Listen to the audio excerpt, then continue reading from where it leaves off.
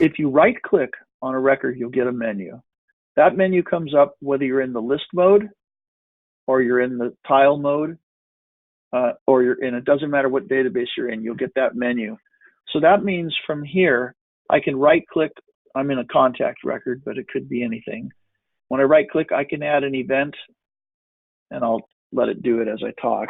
Adding an event just brings up the event window right on top of what you're on. I can add a history, just brings up the history, automatically links the record to the person you right clicked on. I can create a link and link them to a property or a company or a space. I can attach them, get an attachment and set it up for them. I can go in and add them to a project as a lead.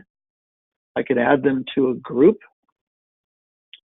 just by right-clicking and saying group and then picking the group I want. And I can delete them and set up columns. So if you haven't experimented with that, it's all over the program, and there are a lot of menus. I'm not going to go through every one of them, but I'm going to show you a few more.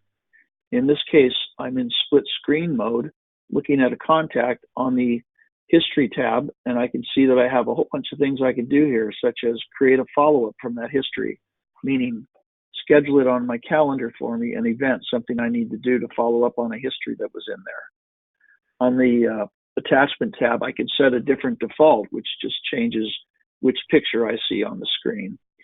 You still keep the other pictures, but you can see which one's on the screen.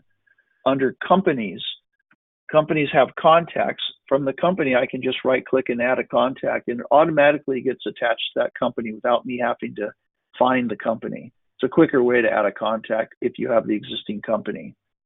I can make a company the owner or the site contact or the agent for a property by just right-clicking on the property, or in the spaces, I can make them a tenant in a space by just right-clicking the space. From properties, you can have the property itself, but you can specify the spaces that are in that property or the units that are in the hotel or the multifamily.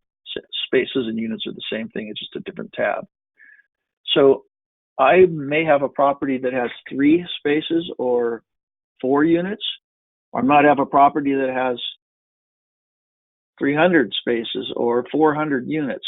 So we needed to be able to have a relation to the property record, not a row, so that you could add, in this case, I've added in about 7 or 8 spaces. Each one of those is a different record, and it's showing, but it's in a different table.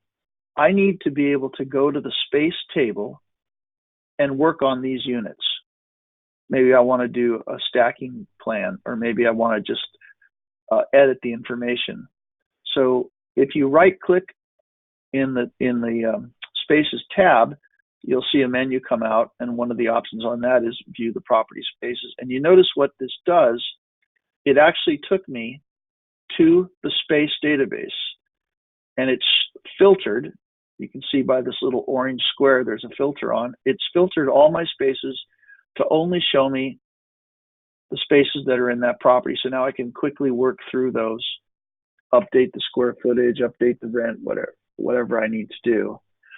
So the point is, on the right menus, we can't learn that in this webinar. That's not what this is for, but you need to know they're there.